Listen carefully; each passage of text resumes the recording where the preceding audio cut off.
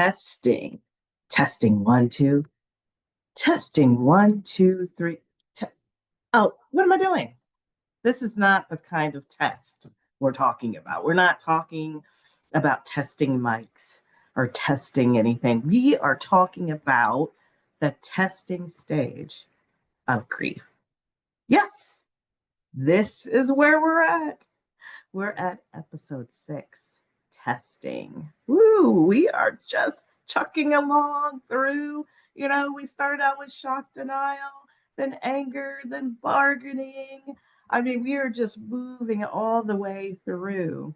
Talked about depression, and now testing. Testing one, two, three. So let's talk about testing. Let's not waste any time. Let's just dive right on into it. What is testing? What is the testing stage of grief? Well, it is actually coping with the loss. We know it exists now. It's here. It is here. So now you're coping with it. You've got to test out this new life that you're forced into, right? This new movement, this new navigation of life, right? Because your whole life has changed. So we're testing. What are we testing? We're testing normalcy. Like, how do we make this life normal again?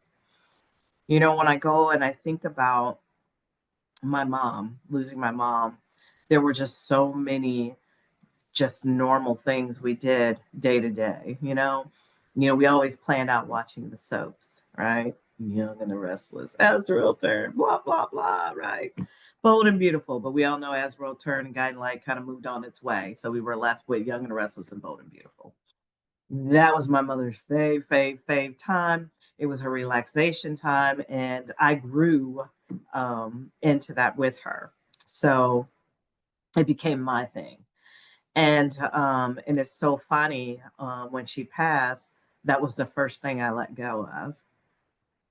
I didn't have no need to watch any of the soap operas. And then I started not understanding them like I once understood them when I was watching them with my mom. Because I was I was cutting out this new life for myself, right? What do I fill in? How do I fill in those gaps? How do I fill in the routine that I normally have with my mom? And now it's just my daughter and I, right? Those times we drive to the gas station to talk just to fill up our tanks, right? But we're together and we're talking. The restaurants, because I would plan that where we're going to eat around the restaurants my mom likes, right? Because she just didn't like all of them or any particular one, right? She was very picky, So now it's like, okay, now let's find where I like to eat at. What do I like to do? Because I kind of lived through my mom, right? So now it's living through Gilead, right? So that's what this testing phase is finding this whole new norm for yourself, this new life for yourself, because everything has changed, right? So you could do support groups or I always kind of liked outdoor activities. But I never really did the whole mountain climbing until after my mom passed. I was like, well, I'll be dog. I'm going to go mountain climb. I'm going to do something different. Right. I'm going to travel with my daughter somewhere. We're going to make Florida, the beaches, like our thing to do. Right. I didn't do, my mother and I, we traveled other places, but it wasn't really the beach that we really would choose. So I, and I always travel with my mom, right? So I had to learn, what does that look like? Just my daughter and I traveling together. So I had to do it so that I know that I could do it and what it would be like, right? So that is the whole thing is you're chalking out this whole new world for yourself, without who you're used to moving through this life with, right? You get me? Um, so that's why I say, sometimes people will choose support groups. Um, they'll choose traveling different places. They'll choose maybe some different friendship groups that you would choose to be involved with. Um, you may even choose now, I need to get some of this frustration or something that's this whole thing bottled up inside of me in terms of I just don't know what I'm feeling. So I'm going to join a gym and I'm going to start working out just to kind of release some of that, you know, bottled up energy that I don't know what to do with and sort through. And those are kind of just some of the things. What I would say is, as you're choosing whatever that is, that is going to help you navigate that, whatever that is, that test that you're choosing, ask of you to make sure that you're doing it in a safe manner. Like, choose safe spaces because you're already grieving, you're already going through. So you really don't need to put yourself in harm's way. You know what I mean? And that's where I made the mistake. The loss of my mom was so significant to me, right? Um, because she was such a big impact in my life, helping me navigate and make different decisions. And then without her being here, and I had to do that alone, I wasn't making the best choices, and I was making choices that would really put me in harm's way. And lucky for me, I have the tools that my mom left me, right? Because rather I was letting her navigate my life and helping me make choices, right? I was looking and watching and understanding the words that were coming out of her mouth and how she navigated and helping me make these choices, right?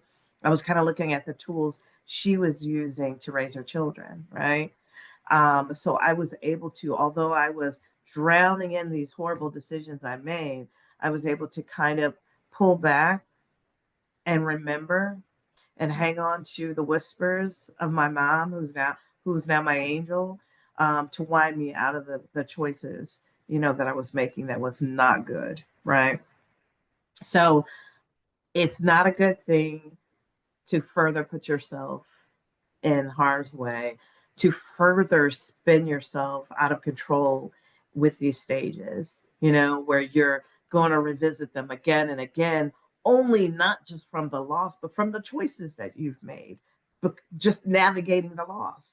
So that's why I ask of you to, be really careful, and choosing the right support group, choosing the right friend network, just to make sure, that you're making sure that you're okay, because that's the whole thing, is you want to make sure you're okay and that you're going to make it through the loss, rather it is a loss of a special someone in your life, rather it's a loss from a divorce, rather it's a loss, from a job, a loss of a best friend, you name it, whatever event triggered your grief cycle.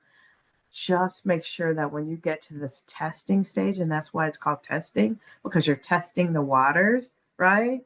You're testing. It's almost like when if you haven't been swimming before, and so you get into the pool, you start in the 2 feet because you can walk it. Unless you're my height, you don't really go out that far because I'm really short, right? So you start out in that shallow water, right? And you're trusting each foot that, footstep that you make, and you're testing it until you get really comfortable where you're at. And then you find yourself, I'm in 3, I'm in 4, oh, I'm in 5, I'm holding on to something, but I'm in 5, I'm holding on to something, I'm holding on to something, but I'm in 5. I am not in 1, 2, or 3. I made it to 5. Testing, testing to show that you can make it. You can make it without drowning, right? You can make it without drowning in your grief, without drowning in your sorrow. That's what this testing stage is showing you that you can make it, and you can't. You can make it. So, as we talk about, well, what do I always say? What do you do? How do you navigate? How do you get through this testing stage? Well, what am I gonna say? I'm gonna say what I always say. right? I'm sorry. I'm going to say meditate, meditate, meditate. Um, Having time to yourself is so critical and so important, to be able to just sit and talk, to the higher power, right? Sit and talk through things with yourself and listen. And you may hear your loved one talking back to you, right? But just taking that time, to yourself. So I'm always going to say that. And I'm going to say pretty much a lot of the same things that I said in the other stages: shock, denial, anger, bargaining, depression, right? I'm going to say journal, journal, getting the feelings out. All that you're feeling inside, you want to get those feelings out on paper, right? So journal your thoughts, your feelings, where you're at now. How did you get here? How do you feel about being here? Where do you want to go from here? What do you have designed for your life now? How has it changed compared to what you planned for it before? You know, what detour, has your life taken? And how are you going to navigate that detour, right? Also, my fave, physical activity. We all know, I've said it, I love pickleball. Yes, I love pickleball. I would say bike riding because that is like my all-time favorite is bike riding. My daughter doesn't know how to ride a bike yet. I have tried. She's 11 and I have tried. I've done everything. So I don't really do the bike riding because I really want her to be able to do it with me. I haven't thrown the towel in. I am still working on her. So as soon as I get her up to speed, um, we will bike ride together, and I'm going to be so excited because I love to bike ride. All right. Also, I'm going to say walking. Walking. Walking is amazing because, you're just breathing in that fresh, crisp air. You got time to think and talk to yourself, the higher power. Put in some jazz music or that soothing music that allows you to breathe and walk and just have that time to yourself, looking at all the beautiful things surrounding you that God's created that kind of show you how blessed you are, even in the midst of the grief, right? Even in the midst of the event that you're navigating, which threw you in the cycle of grief, right? We're blessed. hmm We're blessed. And that's what we have to realize. So that's what I'm saying. I always say we have a birthday and we have a death date. It's a given. We do, right? But what do we do with the journey within? What do we do? We live our best life the best way that we can. Okay? Promise me? Will you do that? I'm going to do it.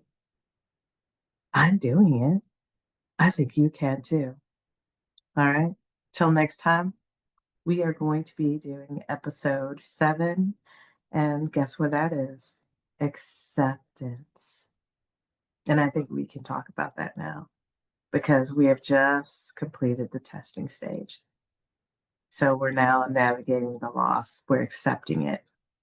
So looking forward to talking with you on episode 7, acceptance. See you next time.